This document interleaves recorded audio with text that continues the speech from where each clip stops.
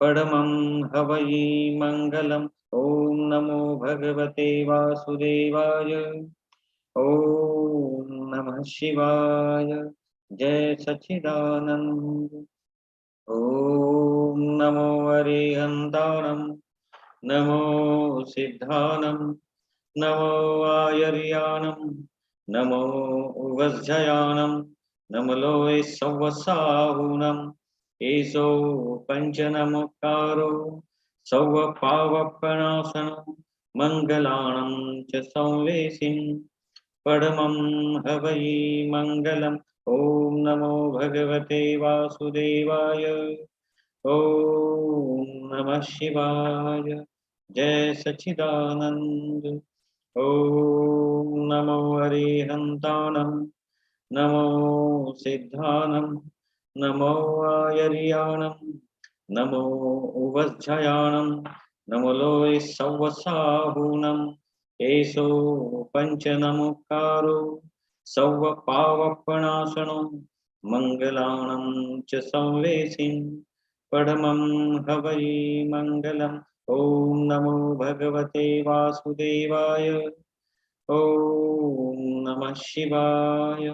जय सच्चिदानंद। ॐ नमो अरिहन्ताणं। नमो सिद्धानं। नमो आयर्यानं। नमो उवज्जयानं। नमलोय सवसाहुनं। एषो पञ्चनमुक्तारो सौवपावपणासनं। मङ्गलानं च संलेसिं परमं हवै मङ्गलम्। ॐ नमो भगवते वासुदेवाय। ॐ नमः शिवाय। जय सच्चिदानंद। दादा भगवान की चरणारविंद में कोटि कोटि वंदन। आप सभी का हार्दिक स्वागत। Very good morning. जय सच्चिदानंद। वेलकम रीटा मैडम, भावना बहन, संगीता बहन, विनीता जी, बहुत बहुत स्वागत आप लोगों का। Thank you for joining. Thank you sir. अब हम चर्चा कर लेते हैं पिछले सत्र के प्रश्न के ऊपर। पिछले सत्र का प्रश्न था पूरा के ऊपर, लेश्या।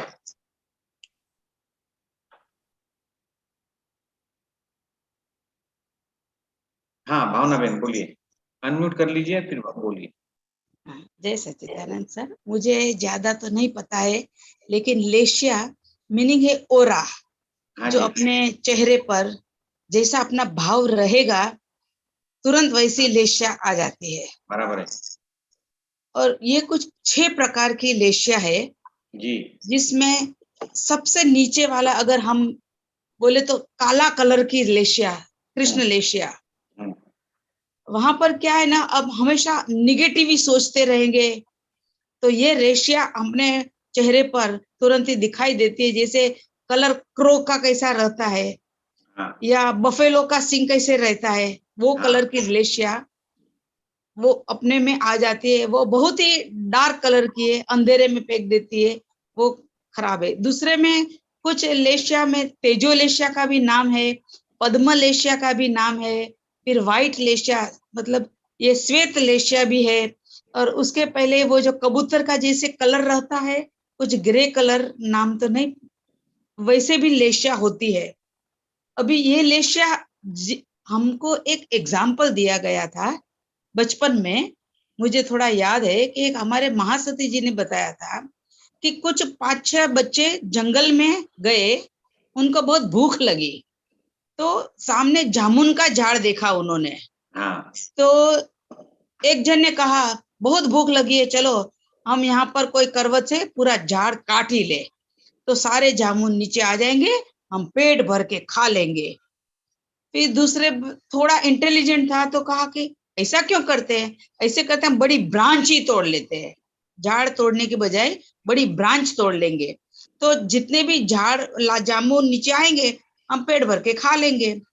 फिर किसी का इतनी बड़ी ब्रांच की भी क्या जरूरत है, अपना जो झुमखा है वो झुमखा ही तोड़ो, बस हो जाएगा। तो फिर उतना ही हमें पेट तो भर जाएगा, अपने तो पेट ही भरना है। फिर किसने यह सोचा कि यार ऐसे क्यों करते हैं, पत्थर मार मार के जितने जामुन नीचे गिरेंगे अपन उससे चला लेंगे।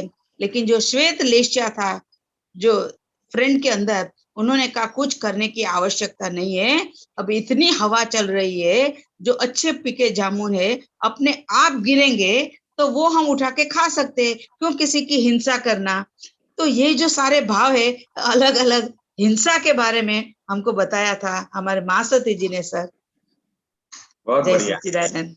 जय सच्चिदानंद। हमको ये प्रश्न का पूरा विस्तार से सुंदर जवाब मिल चुका है। और हम ये देखते हैं कि शुक्ल लेस्या जो है वो गोल होना चाहिए, वही लक्ष्य होना चाहिए। संतों की, महंतों की, सिद्ध पुरुषों की लेस्या जो है वो शुक्ल होती है। बहुत अच्छा विस्तार से बताया आपने madam, thank you very much.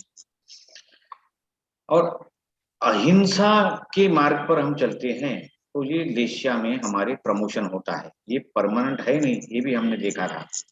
Krishna लेस्या से शुक्ल लेस्या तक का सफर हम सभी तय कर सकते हैं अपने व्यवहार में, सोच में, दृष्टिकोण में, विचारों में परिवर्तन लाए तो। थैंक यू वेरी मच भावना बहन। अब हम आगे बढ़ेंगे। आज का हमारा टॉपिक है विषय, प्रेम और आसक्ति। बेटी मैं आप जब बोलेंगे तो मैं घुमा दूंगा। बहुत ज्यादा प्रचलित और ऐसा शब्द है प्रेम, प्यार, इश्क, मोहब्बत, कि जो लगभग सभी उम्र के लोग इसका प्रयोग करते हैं। ये सिखाने की आवश्यकता नहीं पड़ती, ये कोई अनजान शब्द नहीं है। हम सब ने कहीं ना कहीं अपने जीवन में कई बार इसका उपयोग किया है। तो आज हम देखते हैं कि वास्तव में हम जो प्रेम करते हैं या जो हम कहते हैं कि हम प्रेम करते हैं, वास्तव में वो प्रेम ही है या कुछ और है, इसके बारे में हम विस्तार से चर्चा करेंगे।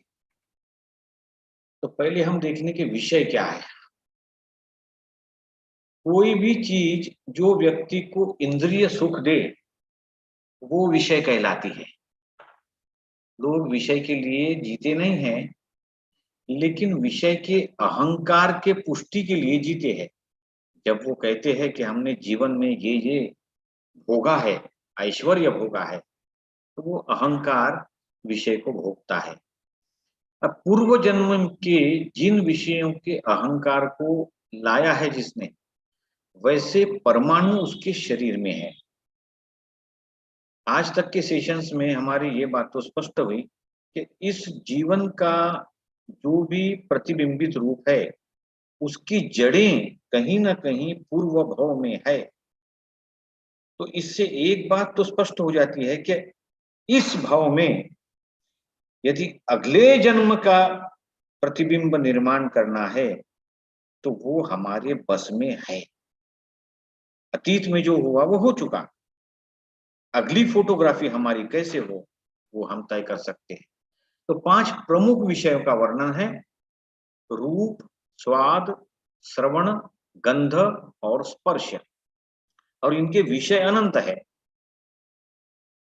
एब नॉर्मल या बिलो नॉर्मल जो है वो विषयी है। कुदरत तो चाहती है कि हम इंद्रिय का आनंद लें। कुदरत ने आंखें दी है तो अलग अलग रंगों के सुंदर सुंदर फूल दिए हैं, बहुत सुहावने दृश्य दिए हैं, लैंडस्केप दिए हैं, कान दिए हैं तो मधुर झरनों की ध्वनि की व्यवस्था की है, कोयल की आवाज की व्यवस्था की है ना। मुख दिया है तो अनेक स्वादिष्ट अन्न है ना दिए हैं, त्वचा दी है, स्पर्श के सुख के लिए घास दी है, बगैर चप्पल के आप घास पर चलिए, देखिए कितना सुंदर लगता है। तो प्रकृति ने ये सब दिया है, लेकिन इसमें नॉर्मेलिटी मेंटेन करना बहुत आवश्यक है। विषयों के अधीन हम चले जाएं तो फिर वो विषय अपना नकारात्मक प्रभाव डालते हैं। विषय में तन्मयाकार हो जाए तो फिर वो प्रॉब्लमेटिक कहलाता है। तो ऐसा कुछ भी जो व्यक्ति के मन, बुद्धि, चित्त और अहंकार को तद्रूप बनाए वो विषय कहलाएगा। जो डुबा दे, जब कुछ समय के लिए व्यक्ति जिसमें तल्लीन निमग्न हो जाता है वो विषय है। अब आपको प्रारंभ से लेकर अंत तक अच्छा लगता रहे तो वो विषय है। विषय कोई चीज नहीं, लेकिन ये परमाणु का प्रभाव है। जो जो हमने चाहा वो हमें मिलेगा।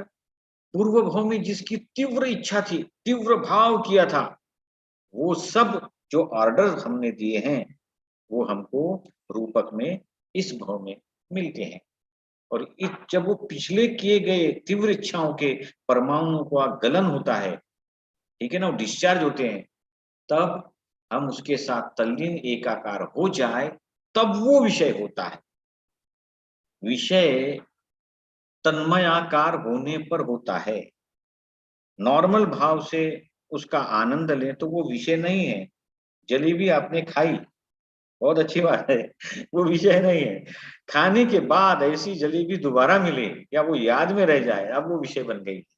तो जो बार बार याद आता रहे वो विषय है, ठीक है ना, जिसमें हम एकाकार कर हो जाते हैं और वो बहुत हानि करता है।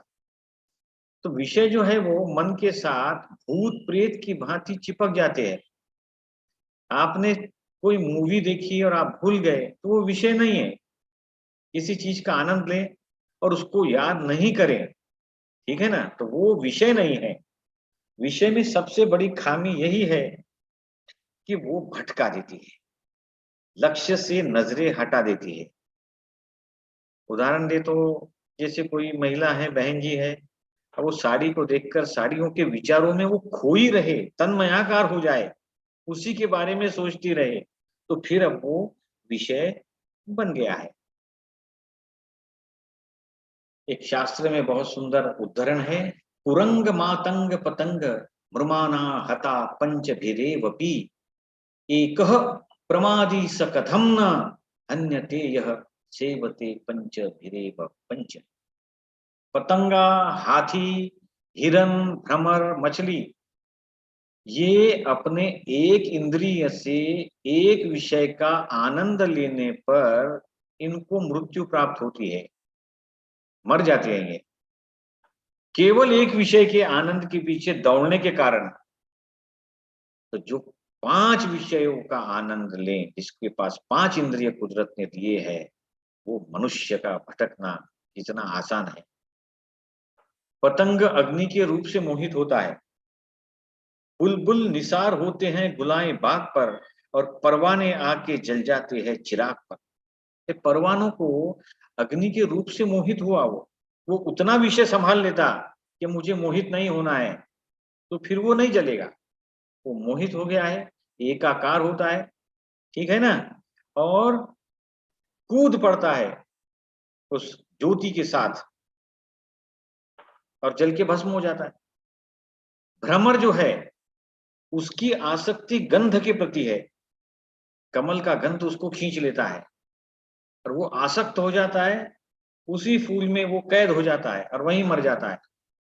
हाथी जो है उसको नकली स्पर्श की आसक्ति है, मानव को भी स्पर्श का सुख मिला है और ये सबसे ज्यादा खतरनाक है, स्पर्श सुख। हिरन जो है उसको श्रवण की लालसा है, मनुष्य भी संगीत श्रवण का अभिलाषी होता है। मछली जो है वो जिह्वा की गुलामी लेती है, उसको जिह्वा स्वाद की लालसा है। सोचिए, कांटे में जो अटका हुआ है वो खाने के लालसा में न पड़े, उस विषय से वो अपने आप को बचा ले, तो फिर कौन मार सकता है। लेकिन मनुष्य भी जिह्वा स्वाद के लिए लालायित रहता है। तो ये तमाम कीट पतंगे जानवर एक विषय के कारण मृत्यु को आमंत्रित करते हैं, तो मनुष्य के लिए ये कितना चुनौतीपूर्ण है। दादा भगवान कहते हैं कि विषय विष नहीं है, पर विषय में निडरता विष है। अब ये समझ लेने की आवश्यकता इसलिए है, हमारा अभी एक इंटरनेशनल सेमिनार था, तो डॉक्टर शिव तलवार जाने माने स्कॉलर हैं, एक सेंटेंस उन्होंने बहुत अच्छा लिखा था उनके स्लाइड में, कि the highest and profound truths seems to be paradoxical. गहन सत्य जो है ऐसे लगता है कि वहां विरोधाभास है। विषय पर टीका नहीं की जा रही है, लेकिन विषय से सावधान रहने की आवश्यकता को समझना पड़ेगा। मेले में जाना ये गलत नहीं है, मेला तो जाने के लिए ही है। मेले में खाना भी गलत नहीं है। मेले में झूले पर एंजॉय करना, बंदूक से बलून्स फोड़ना, अच्छे अच्छे शो देखना, मौत का कुआं भी देख लेना, कोई बुरी बात नहीं। लेकिन मेले में खो जाना और उस दिन अपने जरूरी काम भूल जाना, ठीक है ना? क्योंकि मेले के अधीन हो गए, मेले में खो गए और उस दिन पता चला कि मुझे तो मम्मी के लिए दवाई भी लेना था, लेकिन मेले में ऐसा खो गया कि माताजी की दवाई की पर्ची जेब में रह गई। और जब मेला समाप्त हुआ तब पता चला कि दुकानें सब बंद हो गई है, क्योंकि मेले में उतनी शक्ति है कि आपको भुला दे, बिसरा दे। इसीलिए दादाजी कहते हैं कि विषय विष नहीं है, लेकिन विषय में निडरता विष है। डरना चाहिए यहाँ पे। इंद्रिय सुख के अमर्याद भोग विलास से डरना चाहिए। निर्भीकता से युक्त अति विषयी सुख जहर है। लगभग सभी धर्मों में सभी संतों ने इस बारे में हमको चेताया है। दादाजी कहते हैं यदि सांप के साथ आप निडर होकर रह सकते हो तो आपको विषय से डरने की जरूरत नहीं है। भगवान महावीर भी विषय को लेकर डरते थे। दादा कहते हैं मैं भी डरता हूं। विषयों के प्रति निडरता न रहना मतलब केवल अविवेक है। वहां सावधान होने की आवश्यकता है, ब्रेक लगाने की जरूरत है। और मन का ब्रेक यही उत्तम ब्रेक है। हमने देखा सूरदास जी विषयों के अधीन होकर, आंखों के विषय से ग्रस्त होकर इतने मोहित हो गए, ठीक है ना, कि वो सुंदरी के पीछे पीछे दिन रात उसमें तन्मयाकार हो गए। जब उनको होश आया तो गुस्से में अपनी आंखें उन्होंने फोड़ दी। लेकिन दोष आंखों का था क्या? दोष तो किसी और चीज का था। आंखें तो देखेंगी ही, नाक दी है तो उसके सुगंध आएगा ही, कान दिए हैं तो मधुर ध्वनि सुनाई देगी, लेकिन उसमें मन एकाकार न हो जाए, इसका ध्यान रखना बहुत आवश्यक। क्योंकि मन वहां भटक गया तो फिर जहां मन को ले जाना है वो मार्ग से वो अच्युत हो जाएगा, वो मार्ग से अलग हो जाएगा, ठीक है ना, और पूरा समय वहीं पे घूमता रहेगा। तो वास्तव में जो शुद्धात्मा है वो विषयों से बिल्कुल अलग है। आत्मा को विषय से कोई लगाव नहीं। मन वचन काया ही विषयी है और इंद्रिय सुख चाहते हैं। आत्मा कभी विषय भोग नहीं सकती, ये दादा का विज्ञान है और ये मूलभूत सिद्धांत है। आत्मा विषयों की भोक्ता है ही नहीं। भ्रम और गलत मान्यताओं के कारण अहंकार करता है। अहंकार ये कहता है कि मैंने विषय का आनंद उठाया, और यही फसाव का कारण है, ठीक है। यहाँ सावधान रहने की जरूरत है।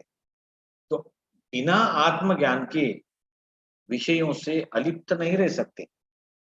ये फिसलन भरी जगह है, बहुत ज्यादा फिसलन है, गिरने के पूरे पूरे चांसेस है। अहंकार और कर्ता भाव से जो मुक्त हो सकता है वो ही विषयों से मुक्त हो सकता है। यहाँ तो फिर मैंने तो ये किया है, मैंने तो इसका उपभोग किया है, मैंने तो वहां खाना खाया है, मैंने तो उस होटल में गया हूँ, मैंने तो ये वस्त्र पहने हैं। आजकल लोग ब्रांड्स की बहुत बात करते हैं, है ना। मेरे पास तो ये ब्रांड का है, वो ब्रांड का है, ठीक है, उपभोग के विषय है। तन्मय आकार से बचना है। विषयों के पीछे भागने का परिणाम ये भी विषय में ही परिणत होता है। लेकिन एक गौर करने लायक बात यह है कि विषय सुख को बार बार भुगतने पर भी इच्छाएं तृप्त नहीं होती। दादाजी कहते हैं अहंकार ये कहता है कि मैं विषय को भुगतता हूं। अब सही मायने में विषय सुखों को भोगते होते तो आदमी कब का तृप्त हो चुका होता, लेकिन ऐसा नहीं है। संतोष तृप्ति इसमें आती नहीं है, क्योंकि हकीकत में विषय ये इंद्रिय सुख का भोक्ता नहीं है। आत्मा इंद्रिय सुख का भोक्ता नहीं है। ये तो भूतकाल में चार्ज हुए परमाणुओं का हिसाब मात्र है। सारी इंद्रियां, आंख, नाक, कान, जिह्वा आदि अपने अपने विषय में निपुण हैं, पर अन्य किसी इंद्रिय के विषय में नहीं। सबका अपना अपना डिपार्टमेंट है। आंखें हैं वो सबसे ज्यादा सुंदरता ढूंढती हैं, ठीक है ना। नाक गंध ढूंढती हैं अच्छी, श्रवण अच्छा संगीत ढूंढती हैं। बुरा कुछ भी नहीं है, उसमें एकाकार हो जाना और लक्ष्य से हट जाना, इसमें नुकसान है। अब इसका प्रारंभ कैसे होता है? सबसे जो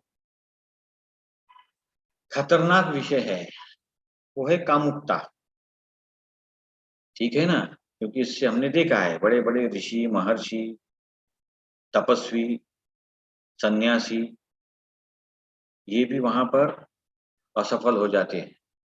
दादाजी इस विषय में क्या कहते हैं कि स्त्री की ओर कामुकता और मोह की दृष्टि से देखने पर आकर्षण होता है, लेकिन क्या सभी स्त्रियों की ओर कामुक दृष्टि से देखा जाता है? नहीं, सभी स्त्रियों के प्रति कामुक नजर से नहीं देखा जाता। मतलब इसमें कुछ अलग बात है। यदि पुरुष की स्त्री के प्रति कुदृष्टि होती है तो वो तो प्रत्येक स्त्री के प्रति होना चाहिए, है ना। यदि मात्र स्त्री ही मूल कारण है तो सारी स्त्रियों के प्रति विकार उत्पन्न होना चाहिए, लेकिन ऐसा होता नहीं है। इसका सीधा अर्थ यह है कि स्त्रियों को दोष देना कोरी मूर्खता है। कई संप्रदाय, कई संत ज्ञानी इस विषय में स्त्रियों पर दोष लगाते हैं, जो कि अनुचित है, ठीक है ना। क्योंकि स्त्री ये मूल कारण नहीं है, मूल कारण है दृष्टि। तो जो परमाणु हमने चार्ज किए, मन में एक हमने छवि बनाई है कामुकता के बारे में, एक जो छवि है मन में, ठीक है, उसी छवि को यदि रूपक में देखा जाए तो मन वहां पे घूम जाता है। सभी स्त्रियों की ओर देखकर मन में ऐसे विचार नहीं आते, और ये बहुत बड़ी गड़बड़ी हो जाती है यहाँ पर। ये अजीब बात है कि मनुष्य इंद्रिय सुख संबंधी जैसी छटपटाहट होती है वैसी प्राणियों में नहीं होती है, ठीक है ना। प्राणियों ने प्रजनन के लिए जिस कार्य को एक सीमा के भीतर तय करके रखा है, मनुष्य ने उसमें श्रृंगार रस डालकर उसको बहुत ज्यादा ऊंचाइयों तक पहुंचा दिया है। तो विषय जो है, जैसे कि दो स्त्रियां एक साथ बैठी है, एक माँ है दूसरी पत्नी है, तो माता के प्रति तो विकारी दृष्टि पैदा नहीं होती। इसीलिए तो शास्त्रों ने कहा कि पर स्त्री माते समान, अपने हक की स्त्री छोड़कर बाकी सभी के लिए ऐसी दृष्टि का विकास कर लें कि ये माता ही है हमारी, ठीक है। तो जो विषय है वो वास्तव में विषय नहीं है, उसके लिए भ्रांति कारणीभूत है, ठीक है ना। अब विषय रोगिष्ट देह अधिक विषयी होता है। देखिए क्या ऋषभ हो जाते हैं, मन तो तृप्त होता ही नहीं, और निरोग को स्थिरता अधिक रहती है। जब विषयों का लोभ प्रवेश कर जाता है तब रोग पैदा होता है। क्रोध, मान, माया, लोभ आदि सारी बीमारी की जड़ें हैं। कई बार ऐसा होता है कि बीमार व्यक्ति को भूख ज्यादा लगती है या भूख लगने का भ्रम होता है। ऐसे लगता है दिन भर खाते रहे, दिन भर खाते रहे, पेट भर के खाना खाया फिर से भूख लग गई। तो एक तरीके से विषय है ये। आंतरिक क्लेश की जलन के कारण लोग विषय भोग करते हैं, लेकिन जो लोग विषय सुख भोगते हैं वे यदि ठीक से सोचे विचारें तो काम वासना जनित विषय की जलन से मुक्त हो सकते हैं। यहाँ पे बहुत अधिक सावधान रहने की आवश्यकता है। काम वासना की जो जलन है वो पूर्ण तरीके से बुद्धि को भ्रष्ट कर देती है। ये ऐसा मोह है जहां पे विवेक, बुद्धि, मन सब पर ग्रहण लग जाता है, व्यक्ति के सोचने समझने की क्षमता समाप्त हो जाती है, देह का आकर्षण बढ़ जाए, तो वो व्यक्ति फिर किसी भी स्तर पर जा सकता है। बाद में भले ही वो पछताए, बाद में भले ही वो रिश्ता टूट जाए। तो इसीलिए ये विज्ञान समझने की आवश्यकता है। जिसका स्वाद मीठा और बेजोड़ है, उसका मैं आपको ज्ञान देता हूँ। ज्ञान प्राप्त होने के बाद इस संसार के जो सारे इंद्रिय जन्य सुख और आनंद है, वे सारे मीठे होकर भी फीके लगेंगे। अब यहाँ तात्पर्य क्या कहना चाहते हैं दादा भगवान, कि जैसे चाय पीने के बाद आपको मीठा खाने की इच्छा नहीं होगी, ठीक है, या फिर मीठा खाने के बाद, उल्टा बोल गया शायद मैं, एक बार मीठा खा लिए, उसके ऊपर चाय पिएंगे तो वो फीकी लगेगी। उसी तरह एक बार आत्मा के सुख का ज्ञान हो जाए, आत्मा का सुख चखने मिल जाए, तो फिर इन विषयों के सुख में दिलचस्पी नहीं रहेगी। आत्मा निर्विषयी है, और ये जो जगत है, संसार है, ये विषयों से भरा हुआ है। जिसको जो विषय पसंद है, उसकी वो आराधना करने लगता है। इंद्रिय सुख को आमंत्रण मत करो, ना ही उन्हें चैलेंज करो। नॉर्मेलिटी बहुत बड़ा सिद्धांत है दादा भगवान का। उन्होंने कभी टीका टिप्पणी नहीं की, विषय पर टीका नहीं की, विषय से सावधान रहो ये कहा है। ये नहीं कहा कि विषय मत भोगो, उनको चैलेंज भी नहीं करना है, ये भी नहीं कहना है कि मैं विषय को त्याग देता हूं। व्यक्ति का उसके प्रति ऐसा अभिगम होना चाहिए, जैसे एक पुलिस शुद्ध शाकाहारी कैदी को 2 दिन तक भूखा रखे और मांसाहार के लिए जोर डाले। यही अभिगम विषय सुख के लिए होना चाहिए। इच्छा करेगी, पानी पूरी खाने की इच्छा करेगी, तनिक एक क्षण रुककर सोचना है कि पानी पूरी मांग कौन रहा है। सड़क से गुजरते हुए अंदर से आवाज है कि पानी पूरी खा लेते हैं 20 रुपए की। शरीर मांग रहा है, पेट मांग रहा है, भूख मांग रही है, कि मन मांग रहा है, कि जीभ मांग रही है, कि स्वाद की शक्ति मांग रही है। इसका उत्तर मिल गया तो फिर मन को बोलना है कि भाई अभी थोड़ा सा कंट्रोल करो, ये जुबान मांग रही है, पचाना पेट को है, नहीं तो शरीर में रोग हो जाएगा, ठीक है। हाइजेनिक नहीं रही तो फिर बीमार पड़ोगे और पूरे शरीर को उसकी तकलीफ भुगतना पड़ेगी। ऐसा विवेक के हाथ में निर्णय दे दिए तो फिर वो विषय वहां पे बेबस हो जाता है, वो तकलीफ नहीं पहुंचाता। संसार में विषय सुख की तीव्र जलन सर्वत्र होती है। अहंकार के कारण लोगों ने विषय सुख को ही सफल जीवन मान लिया है, कि हमारे पास इतनी इतनी चीजें भोग करने लायक है, ठीक है। यदि आप उत्तम अच्छे वस्त्र पहनकर अन्य को आकर्षित करते हो, तो आप भी अन्य द्वारा बोए जाने वाले बीज के निमित्त होते हो, तो आपको ये भुगतना ही पड़ेगा।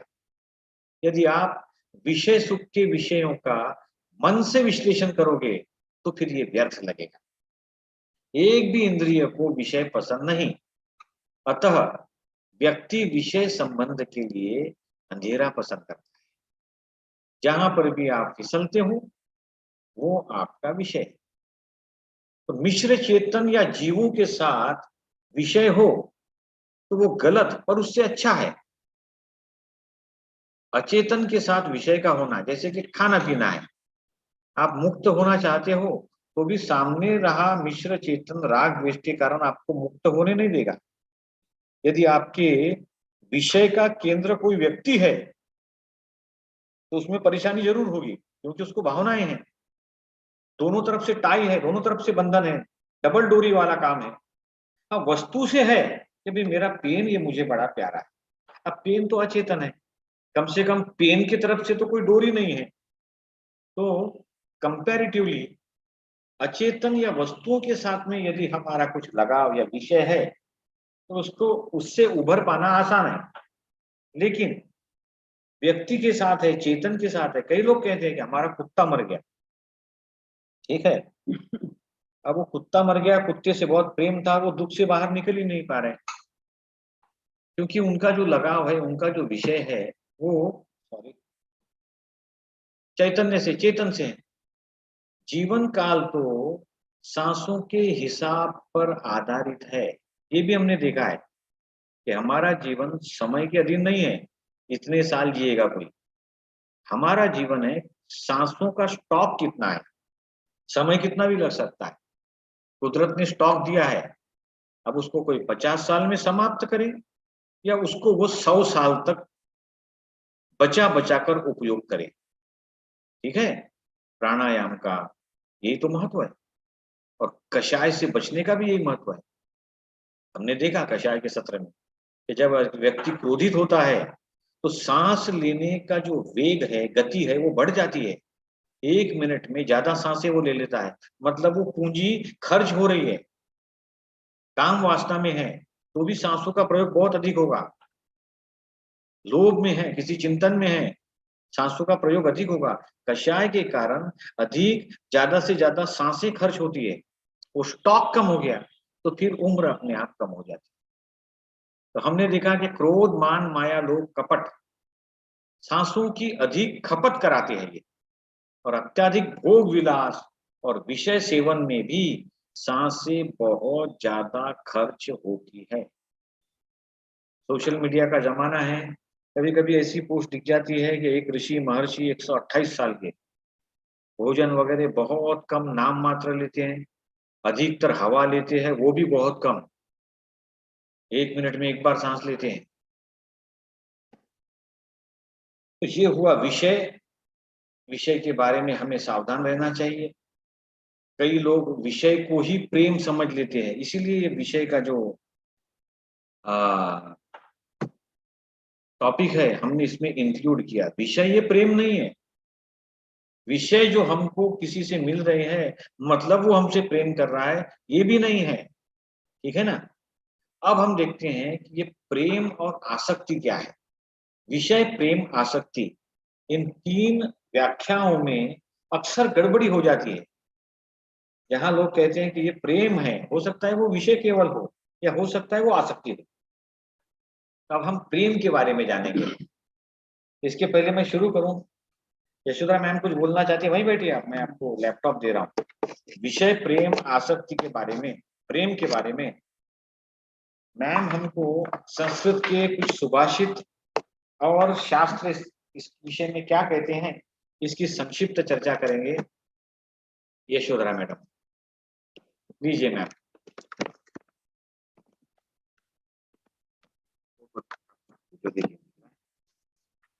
मैंने जय सच्चिदानंद, नमस्कार।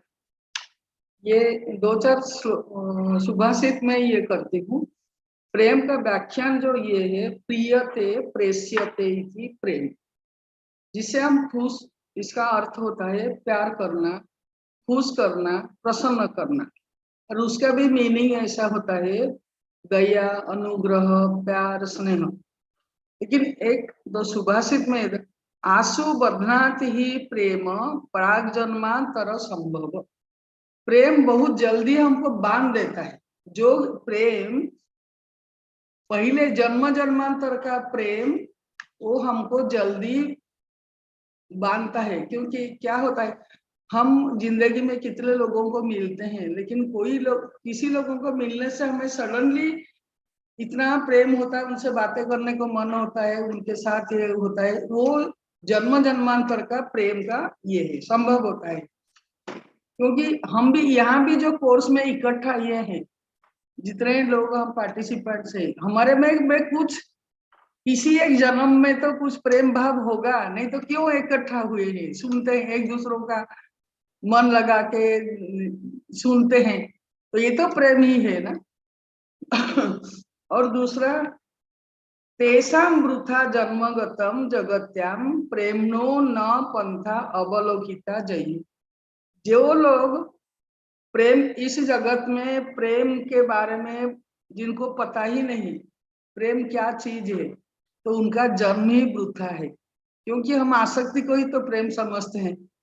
तो प्रेम और आसक्ति में जो अंतर शर्त बोलेंगे, तो अगर प्रेम किसी ने किया ही नहीं तो उसका जीवन वृथा हो, बेकार है। प्रेम बंधो ही रम्यता। जब प्रेम में हम बांध जाते हैं, प्रेम इज यहाँ अलौकिक प्रेम, जो डिवाइन प्रेम होता है, आसक्ति नहीं रहता है, स्वार्थ नहीं रहता है, निस्वार्थ प्रेम, तो उसी में वो बहुत सुंदर होता है, रमणीय होता है। प्रेमनो ही नाना गति ही, प्रेम का विविध प्रकार का गति होती है, मिलती है हमें। और बसंती ही प्रेमणी गुणा न वस्तुनि, प्रेम में, प्रेम इमोशन में बैठता है, मिलता है। आनी शुरू होगी तो फिर क्लासेस शुरू हो गए। जाना जा सकता है वो शुद्ध प्रेम दैवी होता है, उसी को पूजा कहा गया है, ठीक है ना। जो उतार चढ़ाव करे वो प्रेम सही नहीं होता, वो आसक्ति होती है, वो आकर्षण होता है। आसक्ति में एक भाव आकर्षण का ही है, आकर्षण की ऊपर की लेवल मतलब आसक्ति, बहुत ज्यादा आकर्षण है मतलब हम उसके प्रति आसक्त है। तो ये ऐसा प्रेम संबंध टूटता है तब सबके समझ में आता है कि उसका आधार स्वार्थ था, ठीक है ना। उसमें जब तक मिठास होती है तब तक चलता है, कटुता आने पर ही सत्य समझ में आता है। तो कुछ अनुभव हम यहाँ साझे करेंगे। हमारे फिल्म इंडस्ट्री में प्रेम के बारे में बहुत कुछ बोला जाता है ना। प्रेम, प्यार, इश्क, मोहब्बत, बड़े बड़े लेखक, बड़े बड़े सूरमा, काव्य लिखे गए, गीत लिखे गए, फिल्मों की कहानियां लिखी गई, और वहीं पर सबसे ज्यादा डाइवोर्सेस भी होते हैं। शादी का आधार आकर्षण होता है, सुख होता है। मुझे आश्चर्य लगता है कि 10 साल बाद, 15 साल, बहुत कम शादियां जो टिकती है। तो आकर्षण यदि आधार है, क्योंकि वो परमानेंट तो रहने वाला नहीं है, बाल तो हमेशा काले नहीं रहेंगे, ये चेहरा भी वैसा नहीं रहेगा, झुर्रियां तो पड़ेगी, दांत भी हमेशा नहीं रहेंगे, समय के साथ बदले वो प्रेम नहीं है। कोई अच्छा लगता है मतलब वो आंखों के कारण, और आंखें नहीं है तो, और जो अच्छा लग रहा है उसमें समय के साथ साथ बदलाव तो होगा ही। आज नई मोटरसाइकिल है, बहुत अच्छा लग रहा है, लेकिन वो पुरानी हो जाएगी, फिर आसक्ति टूट जाएगी, फिर नई की आस लगेगी। तो यहाँ पहचानना चाहिए कि प्रेम ये कुछ अलग ही संकल्पना है, उसका आधार लाभ, हानि, उम्मीद, अपेक्षा, आशाएं ये है ही नहीं। और लोग अक्सर कहते हैं मुझसे प्यार करते हो, मुझसे प्रेम करते हो, तो ये साबित करो। प्रेम को साबित करने की जरूरत ही नहीं, वो अपने आप में सिद्ध है कि आप मुझसे प्रेम करते हो तो मुझे ये चाहिए, मुझे ये ला कर दो तो मैं समझूंगा कि आप प्रेम करते हो। कंडीशन नहीं है, कोई शर्त होती नहीं प्यार में। कुछ कुछ बड़े सुंदर पंक्तियां लिखी शायरों ने, है ना। अगर मुझसे मोहब्बत है, मुझे सब अपने गम दे दो, इन आंखों का हर एक आंसू मुझे मेरे सनम दे दो। ये तो कोई बात ही नहीं करता। मेरे गांव में एक व्यक्ति ने शादी की, उसके 2 साल बाद उसके पत्नी को टीबी हो गया। उस समय टीबी बहुत बड़ी बीमारी थी और उसका कोई ज्यादा अच्छा इलाज नहीं था। तो ये भाई साहब ने पत्नी को उठाया, एक तो मायके के ऊपर दोष लगा दिया कि आपने बीमार लड़की दी, हमको बताना चाहिए था, ऐसा है वैसा है, झगड़ा किया और उसको लाके उसके मायके में पटक दिया।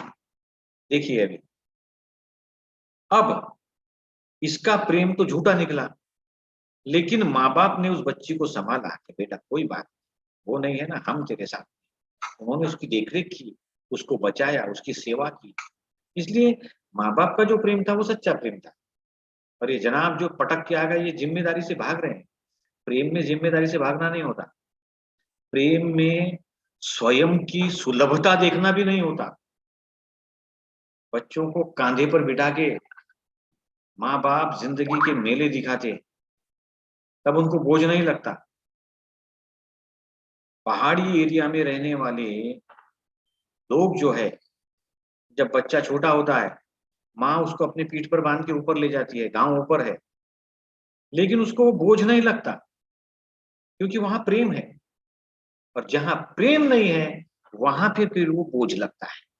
जहां अपेक्षाएं हैं, आशाएं हैं, वहां वो बोझ लगता है, ऐसा लगता है कि उतार के फेंक दें। तो प्रेम और आसक्ति को ही समझना है, ये व्यवहार नहीं है। हम nobody loves his grocery shop owner, किराना दुकानदार से हमको प्रेम नहीं है क्योंकि जो सामान दे रहा है उसके बदले में पैसे ले रहा है, ठीक है ना, वो व्यवहार है। सांप से हमको प्रेम नहीं है, जो लोग करते हैं वो भयमुक्त है।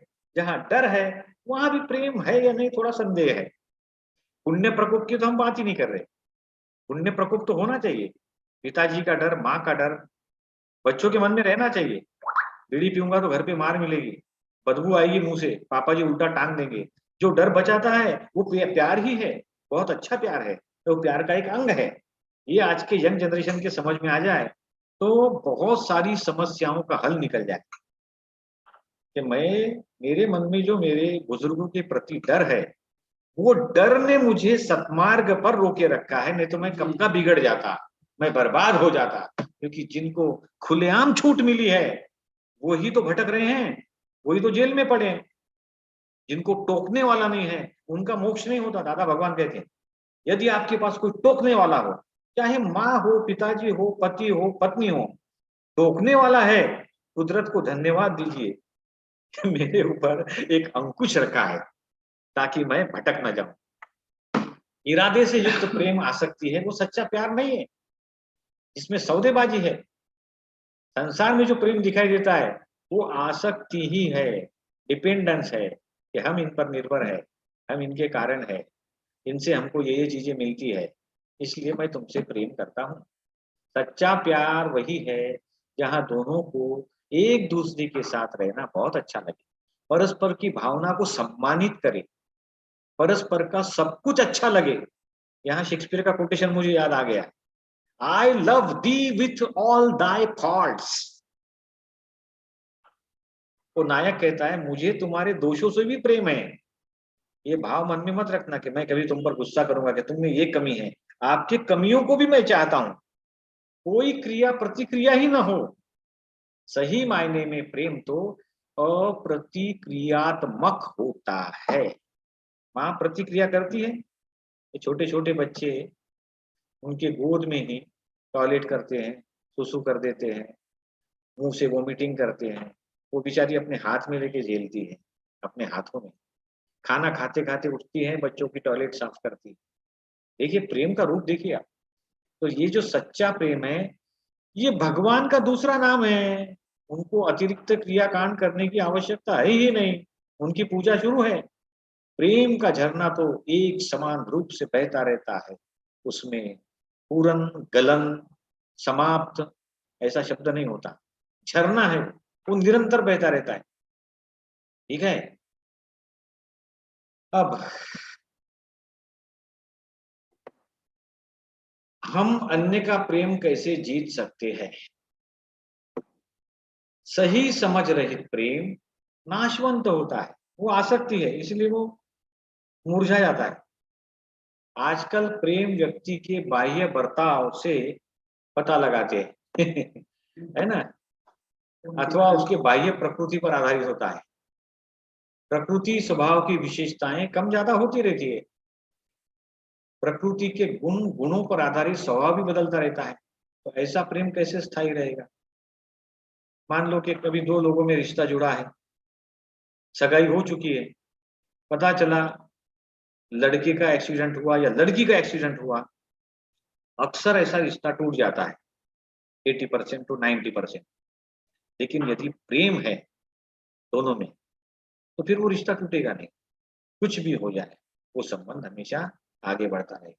शुद्ध प्रेम से सारे द्वार खुल जाते हैं। गुरु के प्रति प्रेम से सब कुछ प्राप्त होता है। लोग चाहे कितने भी सुंदर हो, आकर्षक हो, पर अपने अहंकार के कारण वो कुरूप दिखाई देते हैं, बेडौल दिखते हैं। सुंदर कब दिखेंगे? जब शुद्धात्मा के अहंकार मुक्त प्रेम से सज्ज हो, फिर वो चाहे कितने ही कुरूप हो। प्रेम की आत्मा उन्हें एक अभूतपूर्व सौंदर्य प्रदान कर देती है, इसीलिए हर बच्चे को अपनी माँ सबसे ज्यादा सुंदर नजर आती है, एंड वाइस वर्सा। माँ को भी अपना बेटा बहुत सुंदर लगता है, ठीक है ना। ये प्रेम की, अब ये प्रेम कैसे समझ में आता है? क्या इंसान ही प्रेम को समझ सकते हैं? यहाँ पे हम एक वीडियो देखेंगे कि प्रेम असर कैसे करता है, प्रेम का जादू किस प्रकार होता है। एक वीडियो है चंद्रपुर के एक छोटे से गांव का, जहां पे श्री प्रकाश आमटे जी ने एक अभूतपूर्व एनिमल्स आर्क बनाया है। मैं चाहता हूं कि 5 मिनट का ये वीडियो आप बहुत ध्यान से देखिए। आपको पता चलेगा कि जानवरों को भी प्रेम समझ में आता है कि प्रेम वास्तव में क्या है और कैसे वो अपनी हिंसा भूल जाते हैं।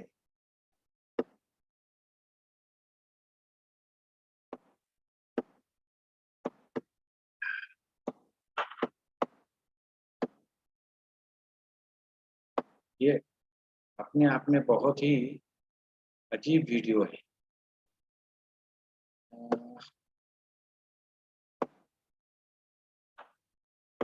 कहाँ चला गया? इसको कॉपी करके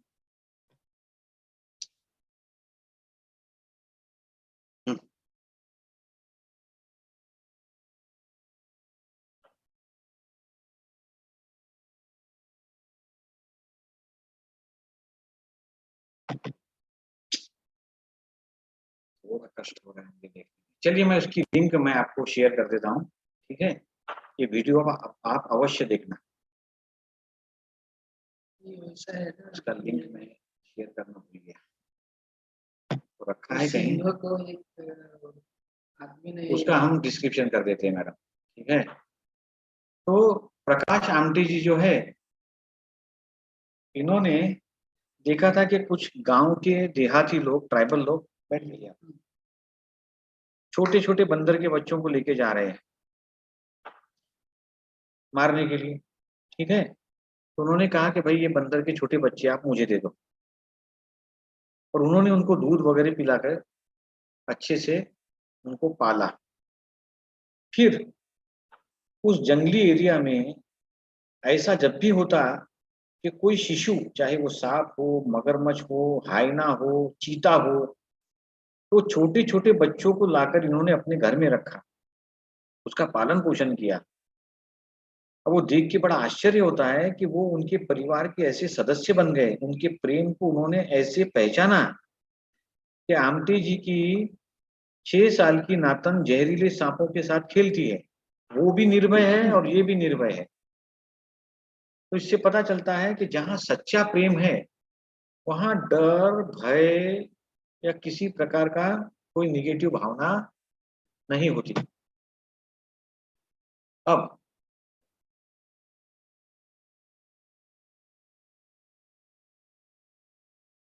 कई बार आप जिससे संबंध से जुड़े हैं उसके प्रति द्वेष भाव क्यों पैदा होता है, ऐसे दादाजी को एक व्यक्ति ने पूछा।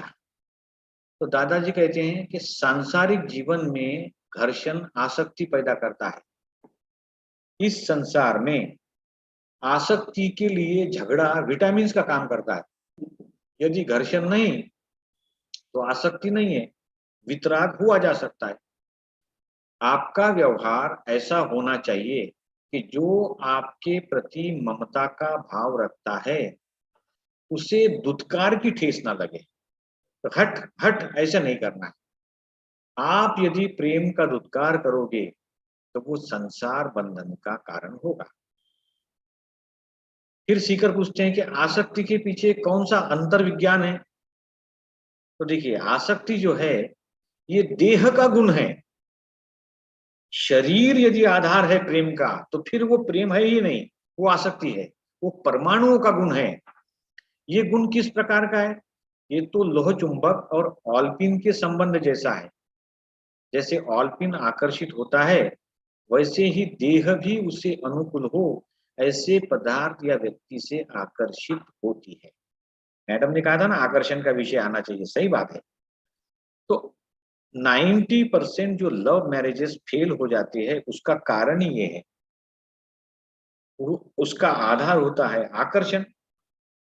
जिसके प्रति आकर्षण है, ठीक है ना, या जो सोच कर वो आकर्षण का जन्म हुआ है और बाद में जिम्मेदारियां आ जाए, फिर व्यक्ति की आंखें खुल जाती है कि मेरा जीवन ये मैं क्या कर रहा हूं।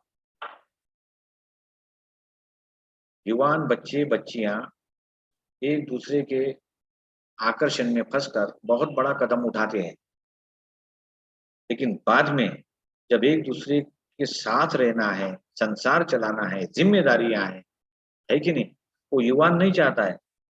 वो तो बस उसको लिए प्रेम मतलब बस उसको शारीरिक सुख मिलता रहे। लेकिन जब वक्त आता है कि हाथ में थैला लेकर करियाना लेने जाओ, शाक भाजी लेने जाओ, गैस समाप्त हो गया, गैस सिलेंडर लेके आओ, है ना। कई लोग मैंने देखे कि जिनको मिसेस की तबीयत खराब होने के बाद अस्पताल जाने के नाम पर चिढ़ जाते हैं। पैसा दे देंगे, ये लो पैसा ले लो भाई, तुम दवा अस्पताल चले जाओ, अपना इलाज करवाओ। जिम्मेदारी है, काम है, सब संभालना है, वो बात अलग है। सेवा करने में कष्ट होता है कि नहीं भाई मुझसे ये नहीं होगा, मुझे तो बदबू आती है, मेरा तो दम घुटता है, मुझे तो मचलाहट होती है। मतलब फिर वो प्रेम प्यार ये चीजें नहीं देखता। ठीक है ना। आधार जहाँ आकर्षण है वहां पर ये सब बातें होती है। तो आसक्ति में हित अहित का विवेक नहीं होता, जबकि प्रेम में हित अहित का बराबर विवेक रहता है। बहुत आदर्श उदाहरण भी है सोशल मीडिया पर। 90 ईयर्स ओल्ड, 95 ईयर्स ओल्ड, आज भी उनके रिलेशन हैं, साथ में रहते हैं, साथ में सहते हैं, एक दूसरे के आंसू पोंछते हैं, खुश रहते हैं। तो ऐसे लोग तो सही मायने में दौलतमंद है कि नहीं। तो ये परमाणु का विज्ञान है, इसका आत्मा से कोई लेन देन नहीं है। लोग तो परमाणु के आकर्षण को आत्मा के साथ जोड़ने की भूल करते हैं। मैं आकर्षित हुआ, ये मान्यता ही भ्रामक है। आकर्षण को ठीक से समझना पड़ेगा। आंखों से देखा और अच्छा लगा और फिर उसी को मान ले कि भाई ये वस्तु से, ये व्यक्ति से मुझे प्रेम है। आधार क्या है? आंखें हैं। कल चल के आंखें निकल गई, फिर या कल चलकर वो व्यक्ति वैसा नहीं रहा, एक्सीडेंट के बाद चेहरा खराब हो गया, कई महिलाओं पर तेजाब फेंका गया, उनका चेहरा बिगड़ गया। हाँ? तो प्रेम जो है वो कोई कारण नहीं देखता, there is no cause behind love. इसीलिए माता का जो प्रेम है, वात्सल्य है, उसी को सभी शास्त्रों ने सर्वोच्च प्रेम माना है। अब हम आते हैं ईश्वर के प्रति प्रेम का। ये ऐसा प्रेम है जिसके लिए भगवान राम ने शबरी के झूठे बेर खाए। जानते तो वो भी थे कि शबरी बेर चख कर दे रही है और वो खाते गए। बड़ा सुंदर भजन है। प्रबल प्रेम के पाले पड़कर प्रभु को नियम बदलते देखा, अपना मान भले टल जाए, भक्त का मान न टलते देखा। भृगु ने लात मार दी श्री हरि को और श्री हरि उनका पैर हाथ में लेके देख रहे हैं, आपको चोट तो नहीं आई? हाँ? मेरा सीना तो बहुत विशाल है, कठोर है, आपके पैर में चोट तो नहीं है। नियम बदल देते हैं भगवान। भक्ति ये प्रेम का सर्वोच्च और सबसे सुंदर, सबसे पवित्र रूप है। भक्ति मतलब प्रेम ही है, और क्या है? शुद्ध प्रेम है, जिसकी केवल कृपा दृष्टि से सकल विश्व को पलते देखा। जो पालनहार है उसको गोकुल में माखन पर 100-100 बार मचलते देखा, है ना।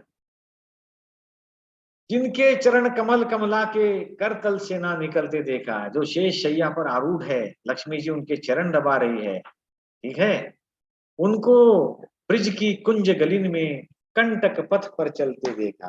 गोपियों के प्रेम में वो वन वन भाग रहे हैं। भक्तों के लिए भगवान किसी भी स्तर पे आ जाते हैं, भक्तों के प्रेम के लिए। तो ये प्रेम की शक्ति है, जिसकी वक्र भ्रुकुटी के डर से सागर सप्त उछलते देखा।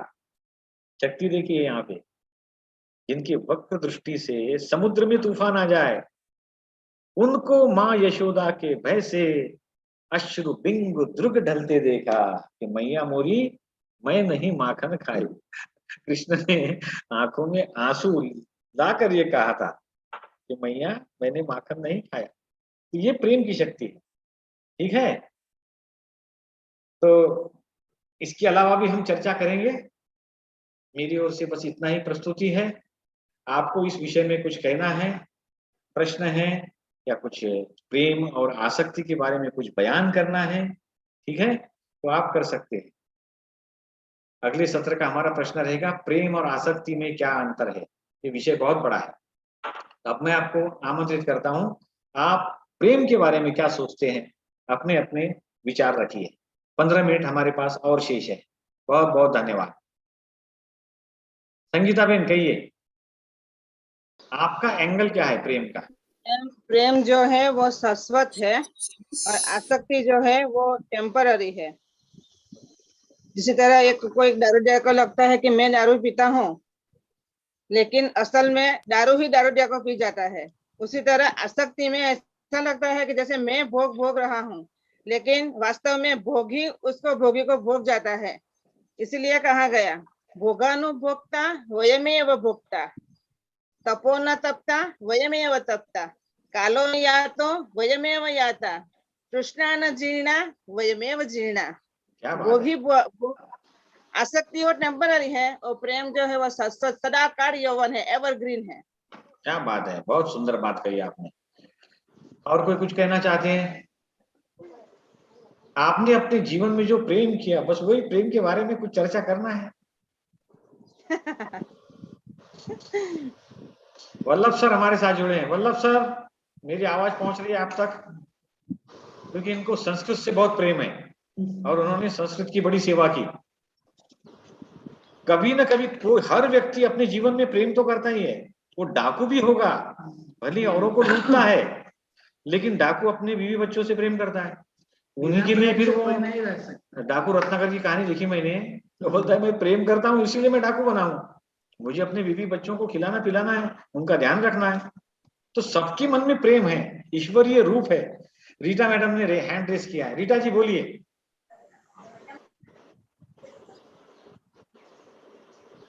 रीटा मैम अनम्यूट हो जाइए पहले।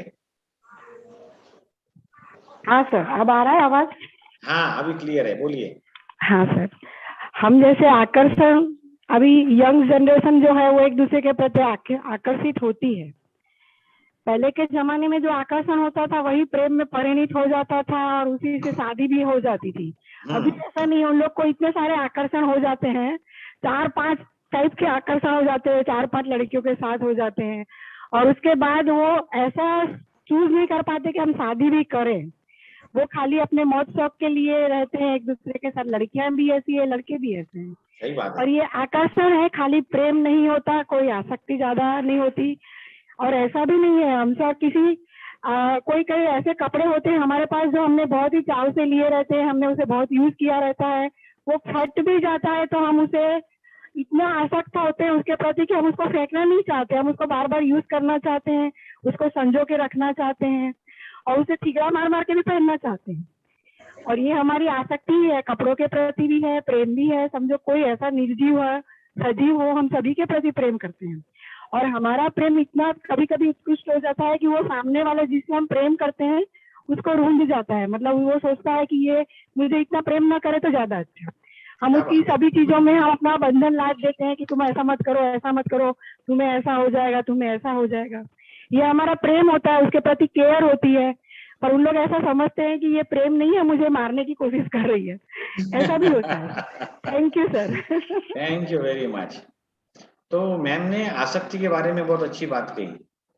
जिसको हम प्रेम समझते हैं, यदि वो आसक्ति है तो वो टूट जाती है, वो चलता नहीं है, वो समय के साथ गायब हो जाता है। और ये भी विचित्र बात है, क्योंकि प्रेम ऐसा नहीं है कि सुबह आज ए से हुआ, फिर बी से हो गया, फिर सी से हो गया और गुड नाइट करते समय डी से हो गया। तो वो प्रेम नहीं है, वहां सावधान होने की आवश्यकता है। हमारी तरुण पीढ़ी को ये समझाना आवश्यक है। वल्लभ सर अनम्यूट हो रहे हैं आप? यस सर, उनके लिए यस सर। जय सच्चिदानंद। जय सच्चिदानंद। बोलिए साहब, प्रेम के विषय में कुछ बोलिए, प्रेम से।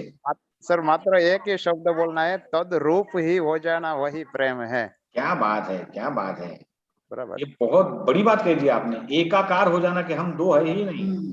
उनके लिए एक ही शब्द है, उनके अलावा कोई व्याख्या उसके साथ मैच नहीं हो रही है। तद रूप हो वाह वाह जाना। वाह वाह, यानी भक्त और भगवान दोनों एक, बहुत है। पति यस सर। पत्नी दोनों एक, वाह, पिता पुत्र दोनों एक, माँ बेटा दोनों एक, यानी हम दो है ही नहीं। ये तो बहुत बड़ी बात कह दी आपने। बिल्कुल एकाकार। माय गॉड, वंडरफुल, अमेजिंग, अद्भुत, वाह। Thank you sir. 1 बहुत plus सुंदर। 1 is equal to 1. हाँ हाँ, 1 plus 1 is equal to 1. 1 + 1 = 1। Madam ने गणित की भाषा में कहा, बहुत अच्छा कहा। तो हमने प्रेम और आसक्ति के विषय में आज चर्चा की, और हम ये देखें कि कितने भाग्यशाली हैं वो लोग, है ना, जिनके जीवन में किसी न किसी माध्यम से प्रेम है, होता ही है। और वो बहुत दुर्भाग्यशाली है जो प्रेम है लेकिन उसको समझते नहीं है। मुझे बड़ा अफसोस होता है जब कोई तरुण बच्चे हमारा ब्रेक हो गया, ब्रेक डाउन हो गया ऐसा कह के आत्महत्या कर लेते हैं। तो मेरा एक प्रश्न है कि आप ये जवानी के 2-3 दिन के प्रेम पर एक बड़ा कदम उठाते हो। आपके मम्मी पापा तो आपको बचपन से प्रेम करते, उनके प्रेम के लिए जी नहीं सकते, उनके प्रेम के लिए, उनके सेवा के लिए जीवित नहीं रह सकते। अरे आपको प्रेम समझा ही नहीं, आप अज्ञानी हो, मूर्ख हो, और इसीलिए ये मूर्खता वाली स्टेप उठाते। तो थोड़ा ज्ञान इनके पास मिलना चाहिए कि सच्चा प्रेम क्या है। एक मैं यहाँ पे छोटी सी कहानी याद आ रही है, वो शेयर करना चाहूंगा कि ऐसी एक प्रेमिका ने अपने प्रेमी से कहा कि तुम्हारा प्रेम यदि सच्चा है तो तुमको परीक्षा देनी पड़ेगी। तो ये कहता है मैं हर परीक्षा के लिए तैयार हूँ। तो ठीक है, बोली फिर अभी जाओ और अपनी माँ का हृदय ले आओ। ये घर पे गया, हर चैलेंज स्वीकार करने की तैयारी में था, अंधा था, ठीक है ना, अंधा आदमी क्या दिखेगा। उसने माँ का हृदय ले लिया अपने हाथ में, ठीक है, माँ ने भी दे दिया, बेटा ले जा, तेरा प्रेम सफल हो। और कहते हैं कि वो दौड़ते दौड़ते दौड़ते दौड़ते नीचे गिर गया रास्ते में। तो माँ के हृदय से आवाज निकली, बेटा गिर गया है, कहीं चोट तो नहीं है। तो ये है सच्चा। चलिए राजेश भाई किकानी जी हमारे साथ है, સાહેબ પ્રેમ વિશે કે તમારી પાસે એંગલ હોય તમે જણાવો કે આ એંગલથી પણ આપણું પ્રેમ કરી શકાય। તમે અનમ્યુટ કરી લો, પહેલા અનમ્યુટ કરી લો રાજેશભાઈ। જય સચિદાનંદ સર। જય સચ્ચિદાનંદ, બોલો। બસ કાંઈ નહીં સર, બહુ સરસ કીધું સાહેબે, એક જ વાક્યમાં બસ ઈ જ છે। મને તો તમારા બેકગ્રાઉન્ડમાં એટલું પ્રેમ દેખાય। તમે હવે મેડિકલના તમારા ક્લિનિકમાં છો। मैं स्टोर में, मेडिकल स्टोर। ये देखिए, ये मानव जाति के प्रति प्रेम है कि सभी रोगियों को सही दवाई मिले, ठीक है ना, उनका स्वास्थ्य अच्छा रहे। तो कर्तव्य के प्रति अपनी निष्ठा, ये भी प्रेम का अंग है कि अपना कर्तव्य मैं वाह कि मैं सही मायने में अपना कर्तव्य निभाऊं। जिसको मानव जाति से प्रेम होगा, ठीक है ना, वो ही ये कर सकता है। और जिसको पैसे से प्रेम है वो बोलेगा कि मैं आज अपनी दुकान बंद रखता हूँ, मौसम खराब है, पेशेंट्स आएंगे जाएंगे, मुझे क्या फर्क पड़ेगा, मेरा बिजनेस चलता रहेगा। आप एंगल देखिए, बातें छोटी छोटी हैं लेकिन अप्रोच अलग अलग है। जो सेवा है, जिसको अपने, आप ये कहिए कि मानव जाति थोड़ा बड़ा शब्द हो गया, जिसको अपने बिजनेस से प्रेम है वो भी ये चाहेगा ना कि चलो मेरा बिजनेस एक माध्यम है तो मैं किसी को मना ना करूं, मुझे कष्ट होगा। एक अच्छा डॉक्टर है, उसको अपने पेशेंट्स की सेवा करने में आनंद आता है, वो रात में उठने में कभी मना नहीं करेगा। नहीं तो फिर मोबाइल स्विच ऑफ कर देगा, आप कितना भी, जब जरूरत पड़ी आप रिंग देते जाओ, कोई रिस्पॉन्स ही नहीं। तो ये भी प्रेम का अंग है। देश से भी प्रेम होता है, मातृभूमि का प्रेम, रिश्तों का प्रेम, सदगुरु से प्रेम, किताबों का प्रेम, भगवान से प्रेम। प्रेम की व्याप्ति बहुत ज्यादा है, बस ये पता चलना चाहिए वो सच्चा प्रेम है या नहीं। तो मेरी यंग जनरेशन से अधिक अनुरोध है कि आपको वो आंखों का विकास करना चाहिए, वो दृष्टि विकसित करना चाहिए जिससे आपको अपने बुजुर्गों का प्रेम दिखाई दे। क्योंकि वो कभी नहीं चाहेंगे कि जो ठोकरें उन्होंने खाई वो आप खाए। उनके माता पिताओं ने उनको जिन बर्बादियों से बचाया वो भी अपना सेल्फ अपॉइंटेड टास्क ये समझते हैं कि मेरे बच्चों को भी मैं बचाऊं। तो सभी बच्चे जो हैं वो ये ना समझे कि हमारा फ्रीडम कर्टेल हो रहा है, हमें अपने आजादी से प्रेम है। अरे आजादी पता ही नहीं क्या है, तुमको प्रेम कहाँ से पता चलेगा? स्वैराचार आजादी है क्या कि मैं जो चाहे वो करूं, मतलब मैं आजाद हूं? ऐसा नहीं है। अंकुश जरूरी है, क्योंकि दुनिया बच्चों ने अभी देखी नहीं है। और मैडम कुछ कहना चाहते हैं आप? जी, जी जरूर कहिए। यशोधरा जी कुछ कहना चाहती है? हाँ, ये जो प्रेम जयशंकर प्रसाद का एक नाटक है हिंदी में, अजातशत्रु। बिंबिसार की, जब अजातशत्रु ने बिंबिसार को बंदी जेल में रखे थे, जब फिर वो पानी भी नहीं दिया, तो जब इसी टाइम अजातशत्रु मिलने जाते हैं तो फिर वो बोलते हैं मुझे तो प्यार का, माँ का प्यार मिला लेकिन पिताजी का अनुशासन नहीं मिला। क्या बात है, तो पिताजी का प्यार रहता है अनुशासन में, वाह तो वाह। इसीलिए मैं ऐसा स्वैराचार हो गया, स्वतंत्र हो गया, जिसका परिणाम कि मेरा इतना बढ़ गया कि मैंने आपको, डाउनफॉल हो गया। हाँ, क्या बात मैंने है। आपको ही बंदीशाला में डाल दिया, क्योंकि मेरा एम्बिशन इतना बढ़ गया। अगर पहले से आप मुझे अनुशासन करते तो मैं आज आप बंदीशाला में नहीं होते और मैं भी अच्छा बन जाता, अच्छा बेटा बन जाता। क्या बात इसीलिए है। दोनों का चाहिए, माँ का प्यार और पिताजी का अनुशासन। आज का जमाने में ये थोड़ा डर रहता है ना, पिता पहले बच्चों का माँ पिताजी से डर था, आज माँ पिताजी बच्चों से डरते हैं। एक ही बच्चा कहाँ चला जाएगा, हमारा क्या होगा। ये प्रेम नहीं है, आसक्ति है। बच्चों के लिए बहुत बड़ी आसक्ति है और बच्चों उसका फायदा उठाते हैं। बहुत अच्छे, थैंक यू मैडम। और अब मुझे कुछ कोटेशंस याद आ रहे हैं जो मैं शेयर करना चाहूंगा। आपको भी कुछ याद आता है तो अनम्यूट करके आप शेयर कीजिए। एक बहुत सुंदर मूवी आई थी बावर्ची, इसमें एक बहुत सुंदर कोटेशन है कि हम अपने लोगों के लिए बहुत कुछ करना चाहते हैं लेकिन कर नहीं पाते। ठीक है ना? जैसे हम चाहते हैं कि पिताजी के लिए नए कोट सिलवा दे, मम्मी के लिए कुछ गहना बनवा दे, लेकिन पैसा नहीं है, अच्छी नौकरी नहीं है, या बिजनेस नहीं है, या हम सेटल नहीं है। बहुत कुछ करना चाहते हैं लेकिन कर नहीं पाते। तो ज्यादा प्रेम देकर क्या उस कमी को हम पूरा नहीं कर सकते? थोड़ी मदद ही कर दे, कम से कम पैरों में सरसों के तेल की मालिश कर दे। पैसों से हर चीज खरीदी, मतलब खरीद कर किसी को गिफ्ट देना वो प्रेम नहीं है। हाँ, बुजुर्गों के पैर के पास आप बैठ गए, बोले मम्मी आज तुम्हारे पैर में दरारें बहुत पड़ गई है, कितना काम करती हो, कितनी तकलीफ होती होगी, सरसों का तेल ले लिया और उसको मसाज कर दी, ये भी तो प्रेम का रूप है कि नहीं? और किसी को कुछ कहना है तो अपने विचार रखिए। आज का जो युवान है वो पहले पढ़ते हैं प्रेम में, फिर पढ़ते हैं वहम में, और फिर पढ़ते हैं गिरते हैं डैम में। ऐसा प्रेम करते हैं। तो ये हमारी जिम्मेदारी है मैम कि हम उनको दिखाएं, उनको समझाएं कि बेटा जैसे वो प्रेम क्या है। असत्य है, वो सत्य का कपड़े पहन के समाज में घूम रहा है, वो हमें वो सत्य ही दिख रहा है, वास्तव में वो असत्य है।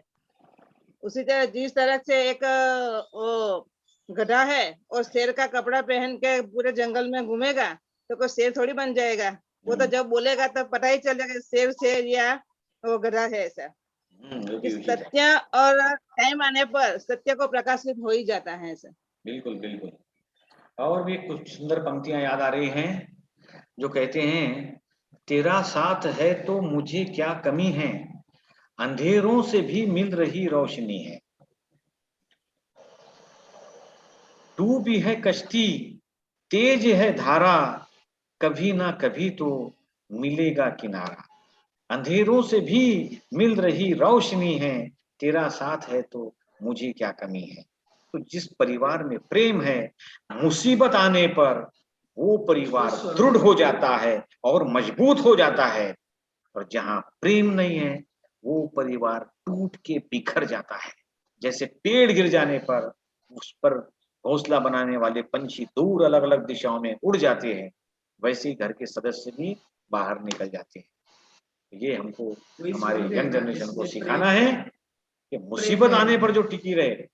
मैंने ऐसे परिवार देखे हैं कि जिस पर बहुत बड़ी मुसीबत आई, घर का मुखिया अपाहिज हो गया, तो पत्नी बोलती है आप चिंता मत करो, मैं पापड़ बना के बेचूंगी। बच्चा बोलता है पापा आप टेंशन मत लो, आप आराम करो, मैं जाऊंगा बाहर करने के लिए, हमसे जो होता है वो करेंगे, आपकी सेवा करेंगे। वो यूनाइटेड हो जाते हैं। तो सच्चे प्रेम में ये शक्ति होती है कि वो बिखरता नहीं है। तो अपने अपने जीवन में यहाँ से भी हमको जो भी प्रेम मिला है उसकी कदर करना भी सीखना चाहिए। नहीं तो ऐसा ना हो कि कोई आप पर प्रेम की बरसात कर रहा हो और आपके पास देने के लिए 2 बूंद भी नहीं है। कम से कम 2 बूंद आंसू अपने आंखों में सजाए रखना, ताकि उनके चरणों में अर्पण कर सके जिन्होंने हमारे जीवन में प्रेम की वर्षा की। यहाँ पर हम समापन करेंगे। बहुत बहुत धन्यवाद। Thank you very much. जय सच्चिदानंद। ठीक है, जय सच्चिदानंद।